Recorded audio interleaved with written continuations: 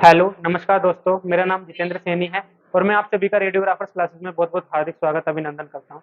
दोस्तों, आज एक नया टॉपिक स्टार्ट करने वाले हैं, रेडियोथेरेपी, ठीक है? जो कि आपके रेडिएशन थेरेपी और रेडियोग्राफी के लिए काफ़ी इम्पोर्टेंट टॉपिक हो सकता है और आप स्टार्ट करने वाले हैं रेडियोथेरेपी। रेडियोथेरेपी क्या होता है? रेडियोथेरेपी 2 वर्ड से मिलकर बना होता है, radio plus therapy. Radio plus therapy, radio का मतलब क्या होता है? रेडिएशन और थेरेपी का मतलब क्या होता है? ट्रीटमेंट। समझिएगा, रेडियो का मतलब रेडिएशन और थेरेपी का मतलब होता है ट्रीटमेंट। ऐसा ट्रीटमेंट जो रेडिएशन की हेल्प से किया जाए उसे क्या बोलते हैं? अपन रेडियोथेरेपी बोलते हैं, ठीक है। अब डेफिनेशन की बात करते हैं तो डेफिनेशन समझिएगा, it is the branch of the medical science. क्या एक मेडिकल साइंस की क्या ब्रांच है जिसमें अपन क्या करते हैं? डील्स करते हैं किसके साथ में? Treatment of the malignant tumour. Malignant tumour के साथ में क्या करते हैं? ट्रीटमेंट के लिए क्या करते हैं? उसका मेलिग्नेंट ट्यूमर का कहते हैं ट्रीटमेंट करते हैं by the help of the ionising radiation. जो आयोनाइजिंग रेडिएशन होती है उसकी हेल्प से क्या करते हैं? ट्यूमर का क्या करते हैं? ट्रीटमेंट करते हैं। उसे क्या बोलते हैं? अपन रेडिएशन थेरेपी बोलते हैं। अब यहाँ पे दो नए वर्ड होंगे, एक तो मेलिग्नेंट ट्यूमर है, एक आयोनाइजिंग रेडिएशन है। समझिएगा, सबसे पहले बात करते हैं ट्यूमर के बारे में। ट्यूमर क्या होता है? ट्यूमर क्या होता है?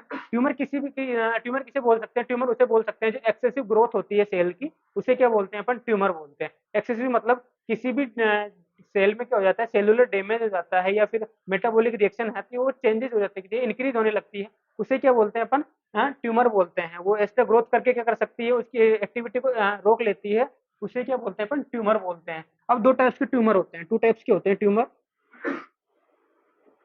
जिसे हिंदी भाषा में अपन कैंसर बोलते हैं। टू टाइप के कैंसर्स होते हैं। पहला होता है मेलिग्नेंट कैंसर, लिग्नेंट कैंसर, और दूसरा होता है कौन सा? मेनाइन cancer, benign cancer, benign tumour, ठीक है। अब वो इनमें एक बेसिक सा डिफरेंस बताता हूँ, जो मेलिग्नेंट और मिनाइन में जो ट्यूमर है उनमें क्या डिफरेंस होता है। जो मेलिग्नेंट ट्यूमर है, मेलिग्नेंट ट्यूमर क्या होता है? इसे हिंदी भाषा में बोलते हैं फैलने वाला ट्यूमर बोल सकते हैं। इसे क्या? फैलने वाला ट्यूमर, जो बॉडी के एक जगह पे क्या फिक्स नहीं होता और जगह जगह पे क्या मतलब मूवेबल होता है, उसे क्या बोलते हैं अपन? मेलिग्नेंट ट्यूमर बोलते हैं। और दूसरा होता है बिनाइन ट्यूमर, जो फिक्स्ड होता है, इसे क्या बोल सकते हैं? हम फिक्स्ड बोलते हैं। ये ट्यूमर क्या होता है? फिक्स्ड होता है। ये लोकलाइज्ड बोल सकते हैं, लोकलाइज्ड ट्यूमर होता है। अगर बॉडी के किसी पार्ट में हो जाए, मान लीजिए कि मेरे इस पार्ट में ट्यूमर हो गया, तो ये ट्यूमर इसी पार्ट में फिक्स रहेगा, ठीक है। और क्या होता है? मेलिग्नेंट ट्यूमर क्या होता है? मेलिग्नेंट ट्यूमर अभी कभी यहाँ पे तो कभी यहाँ पे होगा, इस तरह से क्या होगी? अपनी लोकेशन चेंज करता रहता है। इस तरह से अपन क्या बोलते हैं? बिनाइन ट्यूमर फिक्स ट्यूमर होता है, और मेलिग्नेंट ट्यूमर क्या होता है? मेलिग्नेंट ट्यूमर क्या होता है? मूवेबल ट्यूमर होता है, ठीक है। इसके बाद में अपन ने एक वर्ड पढ़ा, ये पहला वर्ड हो गया, और दूसरा वर्ड है अपना आयोनाइजिंग रेडिएशन। आयोनाइजिंग रेडिएशन क्या होती है? सबसे पहले एक वर्ड समझते हैं, रेडिएशन क्या होती है। रेडिएशन क्या होती है? Radiation is the form of energy. Radiation क्या? एक फॉर्म की एनर्जी है, ठीक है, एनर्जी की फॉर्म है, जिसमें क्या करते हैं अपन? हाई एनर्जी रेडिएशन को यूज में लेते हैं और क्या करते हैं? डीएनए को डैमेज करने के लिए या फिर ट्यूमर को ट्रीटमेंट करने के लिए अपन इसका यूज में लेते हैं। टू टाइप्स की होती है मेनली, क्या होती है? टू टाइप्स की होती है रेडिएशन। कौन कौन सी होती है समझिएगा।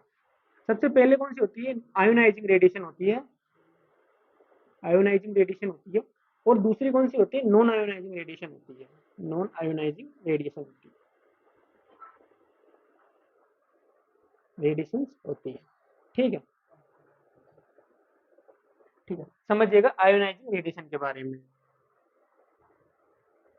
आयोनाइजिंग रेडिएशन क्या होती है? सबसे पहले मैं आपको बताया कि रेडिएशन क्या होती है। रेडिएशन फॉर्म ऑफ एनर्जी होता है, जिसे एक रूप से दूसरे रूप में कन्वर्ट करा जाता है। It convert in the one form to another form, it never destroyed. क्या मतलब? इसे मतलब एक रूप से दूसरे रूप में कन्वर्ट किया जा सकता है, बल्कि इसको डिस्ट्रॉय नहीं किया जा सकता है, नष्ट नहीं किया जा सकता। ये क्या होता है? अपना एनर्जी कंजर्वेशन का रूल बोलता है। जो ऊर्जा संरक्षण का नियम होता है, एनर्जी कंजर्वेशन, वही क्या होता है कि मतलब अपन क्या होते हैं? एनर्जी को एक रूप से दूसरे रूप में कन्वर्ट कर सकते हैं, ना कि उसे नष्ट कर सकते हैं, ना ही उत्पन्न कर सकते हैं, ठीक है। इसे क्या बोलते हैं? एनर्जी कंजर्वेशन रूल बोलते हैं, वही रेडिएशन के ऊपर अप्लाई होता है।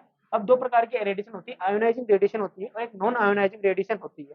तो आयोनाइजिंग रेडिएशन के बारे में बात करें तो ऐसी एनर्जी जिसके पास इतनी सफिशियंट एनर्जी हो, क्या? ऐसी रेडिएशन जिसके पास इतनी सफिशियंट एनर्जी हो कि वो किसी एटम के आउटर ऑर्बिटल से इलेक्ट्रॉन को रिमूव करवा सके, है ना, उसे क्या बोलते हैं? Ionising radiation. और नॉन आयोनाइजिंग रेडिएशन की बात करें तो ऐसी रेडिएशन जिसके पास इतनी सफिशिएंट पर्याप्त एनर्जी नहीं है कि वो किसी एटम के आउटर इलेक्ट्रॉन से क्या कर सके, वो मतलब इलेक्ट्रॉन को रिमूव करवा सके, आयोनाइजेशन पैदा करवा सके या फिर आयोनाइजेशन प्रोड्यूस करवा सके, उसे क्या बोल सकते हैं? नॉन आयोनाइजिंग रेडिएशन बोलते हैं। समझिएगा, देखिए किसी एटम का क्या है? न्यूक्लियस है, ठीक है। किसी एटम का न्यूक्लियस है, ये ऑर्बिटल्स हैं उसके, ये उसके आउटर ऑर्बिटल्स हैं, KLMN, जो कि आपने केमिस्ट्री में अच्छी तरह से पढ़ा होगा। अब यहाँ पे क्या होते हैं? यहाँ इलेक्ट्रॉन्स क्या होते हैं? प्रेजेंस होते हैं, ठीक है। ये इलेक्ट्रॉन्स प्रेजेंस होते हैं इनके आउटर ऑर्बिटल्स में, लगातार क्या करते हैं, मोशन करते रहते हैं। अब क्या मान लेते हैं यहाँ पे इलेक्ट्रॉन है, ये कोई इलेक्ट्रॉन है, इसके पास क्या कोई नेगेटिव चार्ज है, ठीक है। अब यहाँ पे कहीं कोई इंसिडेंट रेडिएशन आई, कहीं से रेडिएशन आई, और इस इलेक्ट्रॉन से आकर क्या हुआ, स्ट्राइक टक्कर खाई इस इलेक्ट्रॉन के साथ में, ये क्या है, वो इंसिडेंट या फिर कोई रेडिएशन है, हाई एनर्जी वाली रेडिएशन है, इससे आकर टक्कर खाई। टक्कर खाने के बाद में क्या हो, इस इलेक्ट्रॉन को रिमूव कर दिया। इलेक्ट्रॉन क्या नेगेटिव चार्ज पार्टिकल है, तो यहाँ पे इलेक्ट्रॉन क्या हो गया, रिमूव हो गया, निकल गया। अब इलेक्ट्रॉन यहाँ से रिमूव हो जाएगा तो यहाँ पे क्या होगा, पॉजिटिव चार्ज बच जाएगा, ठीक है। अभी क्या एटम स्टेबल है, इलेक्ट्रॉन नेगेटिव चार्ज निकलते इसके पास क्या पॉजिटिव चार्ज बच जाएगा, तो इस पास क्या हो जाएगा, एक चार्ज प्रोड्यूस हो जाएगा, मतलब इसे क्या बोलते हैं, आयोनाइज हो जाएगा। इससे क्या बोलते हैं, एटम क्या हो जाएगा, आयोनाइज हो जाएगा, ठीक है। अगर एटम आयोनाइज हो गया तो अनस्टेबिलिटी के कारण क्या होगा, कुछ एनर्जी को रिलीज करता रहेगा, कंटिन्यूसली क्या करेगा, एनर्जी को रिलीज करेगा, और जो एनर्जी रिलीज हो रही है उसे क्या बोलते हैं अपन, आयोनाइजिंग रेडिएशन बोलते हैं, समझिएगा। क्या होता है कि कोई इंसिडेंट रेडिएशन आई यहाँ पे, जिसकी फ्रीक्वेंसी एच म्यू, क्या इसकी फ्रीक्वेंसी एच म्यू, इसने आगे स्ट्राइक किया किसको, आउटर सेल के इलेक्ट्रॉन को, आउटर सेल के इलेक्ट्रॉन को स्ट्राइक किया, यहाँ से क्या हो, नेगेटिव चार्ज, इलेक्ट्रॉन के पास क्या होता है, नेगेटिव चार्ज, इलेक्ट्रॉन को क्या कर दिया, रिमूव कर दिया। रिमूव करने के बाद में क्या है, यहाँ पर क्या हुआ, पॉजिटिव चार्ज बचा। पॉजिटिव चार्ज बचने के बाद में क्या हुआ, एटम क्या हो गया, आयोनाइज एटम हो गया। आयोनाइज एटम होने के बाद में क्या हुआ, इसमें क्या अनस्टेबिलिटी आ गई। अब अनस्टेबिलिटी आ गई, अनस्टेबिलिटी के कारण क्या हुआ, एटम क्या होता है, अपनी स्टेबिलिटी गेन करने के लिए क्या करता है, लगातार क्या करता है, अपनी एनर्जी को लूज करता रहता है। जैसे एनर्जी लूज करेगा तो जो एनर्जी निकलेगी उसे क्या बोलते हैं अपन, आयोनाइजिंग रेडिएशन बोलते हैं। क्या बोलते हैं, आयोनाइजिंग रेडिएशन। अब क्या हुआ कि ऐसी ऐसी एनर्जी जिसके पास इतनी सफिशिएंट पर्याप्त एनर्जी है जो कि क्या करवा सके, क्या करवा सके, इस एटम से आयोनाइजेशन प्रोड्यूस करवा सके, उसे क्या बोलते हैं, आयोनाइजिंग रेडिएशन बोलते हैं। अब इसकी एग्जांपल की बात करते हैं, आयोनाइजिंग रेडिएशन की एग्जांपल की बात करें तो सबसे पहले एग्जांपल इसका आता है गामा रेज। क्या होता है, गामा रेज का एग्जांपल आ जाता है, एक्स रेज इसका एग्जांपल हो जाता है। इसी बाद में कॉस्मिक रेज इसका क्या होता है, एग्जांपल होता है, जो कि क्या पड़ती है, हाँ, जो चट्टानों के द्वारा फॉर्मेशन होता है, जो कि ओजोन ओजोन परत होती है अपनी, उसके बाहर पाई जाती है। जैसे जैसे अपन क्या करते हैं, अपने जो मतलब एटमोस्फेयर से ऊपर जाते रहेंगे, उसका जो मतलब क्या होता है, कॉस्मिक रेज का लेवल है इंक्रीज होता रहता है। कॉस्मिक रेज का क्या होता है, लेवल इंक्रीज होता रहता है, और ये भी काफी मतलब हैजार्डस होती है, नुकसानदायक होती है अपनी बॉडी के लिए।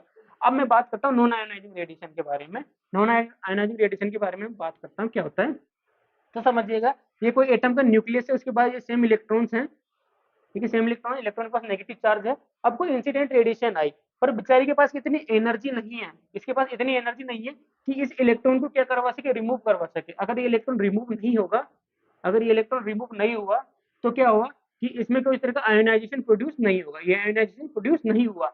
आयोनाइजेशन प्रोड्यूस हुआ तो एटम स्टेबल है, एटम स्टेबल ही रहेगा, ये अपनी बॉडी के अंदर किसी तरह से आयोनाइजेशन प्रोड्यूस नहीं करेगा, डीएनए को डैमेज नहीं करेगा, क्योंकि इसके पास इतनी सफिशिएंट एनर्जी नहीं है कि वो किसी एटम के अंदर जाके आयोनाइजेशन प्रोड्यूस करवा सके।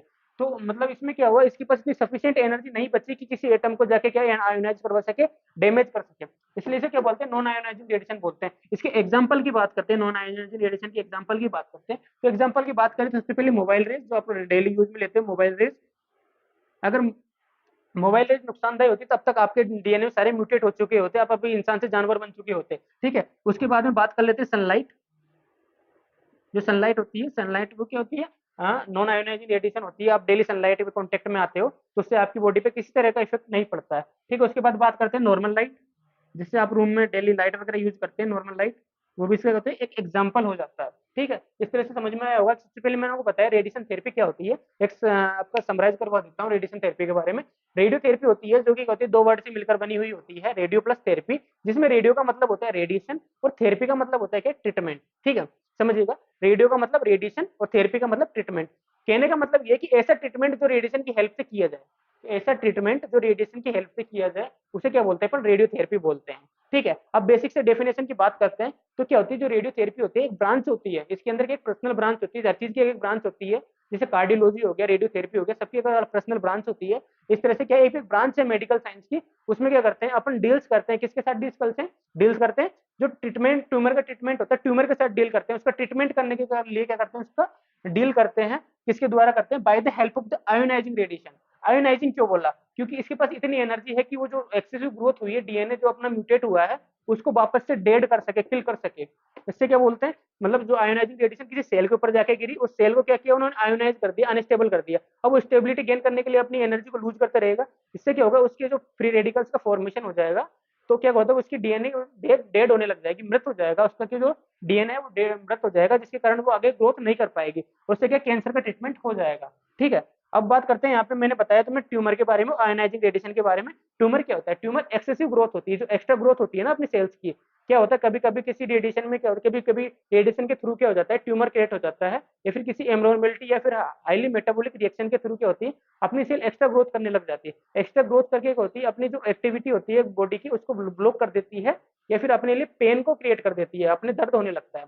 अगर आपके लिए दर्द होगा उसमें, तो क्या होगा, वो ट्यूमर होगा। ट्यूमर को दो टाइप से अपन डिवाइड कर सकते हैं, एक तो मेलिग्नेंसी के अकॉर्डिंग, और दूसरा होता है बिनाइन के अकॉर्डिंग। मेलिग्नेंसी के अकॉर्डिंग क्या होता है, मेलिग्नेंट ट्यूमर वो होता है जो बॉडी के अंदर फिक्स नहीं है, मतलब मूवेबल है। अगर बॉडी के एक पार्ट में है तो वो 2 दिन बाद में दूसरे पार्ट में पहुंच सकता है। इस तरह से क्या होता है, वो चेंज, उसकी लोकेशन क्या होती है, चेंज हो जाती है, मूवेबल होते हैं। ठीक है। और दूसरा होता है बिनाइन ट्यूमर। बिनाइन ट्यूमर क्या होता है, फिक्स ट्यूमर होता है, जो कि मूवेबल नहीं होता है। इस तरह से क्या होता है, दो टाइप में से क्या डिवाइड किया गया है। अब मैं बात करता हूँ रेडिएशन के बारे में। सबसे पहले रेडिएशन के बारे में आपको बताया कि एक एनर्जी की फॉर्म होती है, जिसे न तो अपन उत्पन्न कर सकते हैं, ना ही इसको नष्ट कर सकते हैं, बल्कि एनर्जी को एक रूप से दूसरे रूप में कन्वर्ट कर सकते हैं। यही कहलाता है एनर्जी कंजर्वेशन का रूल। अब दो टाइप की रेडिएशन होती है, आयोनाइजिंग रेडिएशन और नॉन आयोनाइजिंग रेडिएशन। ठीक है। और सबसे पहले मैं आयोनाइजिंग रेडिएशन की बात करता हूँ। ऐसी एनर्जी जिसके पास इतनी पर्याप्त ऊर्जा है कि वो किसी एटम के आउटर सेल के इलेक्ट्रॉन को क्या करते हैं, रिमूव करवा सके, और एटम के अंदर क्या करवा सके, आयोनाइजेशन क्रिएट करवा सके। उसे क्या बोलते हैं अपन, आयोनाइजिंग रेडिएशन बोलते हैं। जैसे एग्जांपल की बात करें, गामा रेज हो गया, एक्स रेज हो गया, कॉस्मिक रेज हो गया। नॉन आयोनाइजिंग रेडिएशन, उसके पास इतनी पर्याप्त ऊर्जा नहीं है कि वो क्या करवा सके, आयोनाइजेशन क्रिएट करवा सके। ठीक है। एग्जांपल की बात करें, मोबाइल रेज हो गया, सनलाइट हो गया, नॉर्मल लाइट हो गया। अब इसके बारे में आगे बात करते हैं अपन, इसके बारे में अपन आगे बात करते हैं कि इसका क्लासिफिकेशन किस तरह से किया गया। तो रेडिएशन थेरेपी, इसका क्लासिफिकेशन की बात करते हैं अपन। इसके क्लासिफिकेशन किस तरह से किया गया। तो क्लासिफिकेशन ऑफ रेडियोथेरेपी, रेडियोथेरेपी। ठीक है।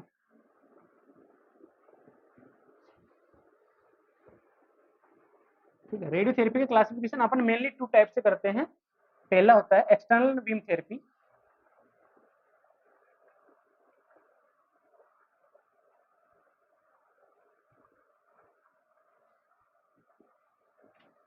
दूसरा होता है इंटरनल बीम थेरेपी,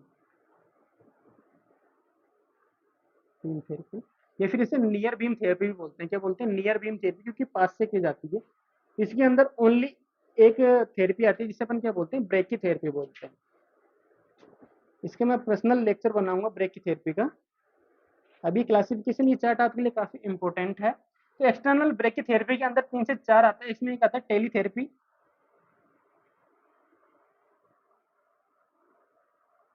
टेलीथेरेपी हो गया, इसके अंदर लीनियर एसिलेटर हो जाता है, लीनिक हो जाता है। इसके अंदर किलो वोल्टेज और मेगा वोल्टेज थेरेपी भी हो जाती है, मेगा वोल्टेज थेरेपी, और एक हो जाती है किलो वोल्टेज थेरेपी।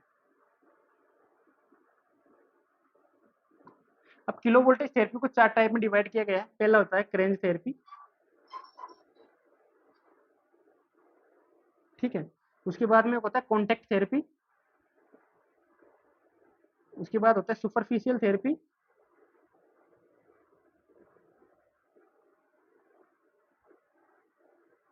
उसके बाद होता है डीप थेरेपी। अब जो मेगा वोल्टेज होता है, मेगा वोल्टेज को अपन क्या करते हैं, मतलब जो क्या लीनेक में डिवाइड किया गया है, लीनेक एसिलेटर के द्वारा शुरू किया है। जो ये लीनेक होता है इसके अंदर ही आता है। ठीक है। और जो टेलीथेरेपी, इसमें कोबाल्ट 60 मशीन्स आती हैं, मोबाइल 60 की आती है, मशीन्स आती हैं, जो कि इसमें यूज में ली जाती है। ये चार्ट है जो कि काफी इंपॉर्टेंट है। अगर आप ये चार्ट बनाते हो तो आपके मैक्सिमम मार्क्स गेन होने के चांस होते हैं। ठीक है। तो इस तरह से अपन क्या करेंगे, अब डिटेल में नेक्स्ट वीडियो में क्या करेंगे कि पहले सबसे पहले स्टार्ट करेंगे ब्रेकी थेरेपी से, क्योंकि काफी छोटा पोर्शन है। ब्रेकी थेरेपी से स्टार्ट करके उसके बाद में एक्सटर्नल बीम थेरेपी पे जाएंगे। उसमें अपन सबसे पहले टेली थेरेपी, फिर मेगा वोल्टेज, किलो वोल्टेज को पढ़ के फिर लीनिक एसिलेटर स्टार्ट करेंगे। तो आपको अगर वीडियो पसंद आया तो आप वीडियो को लाइक शेयर सब्सक्राइब करिए। ठीक है। मिलते हैं नेक्स्ट वीडियो में, तब तक अपना ख्याल रखिएगा।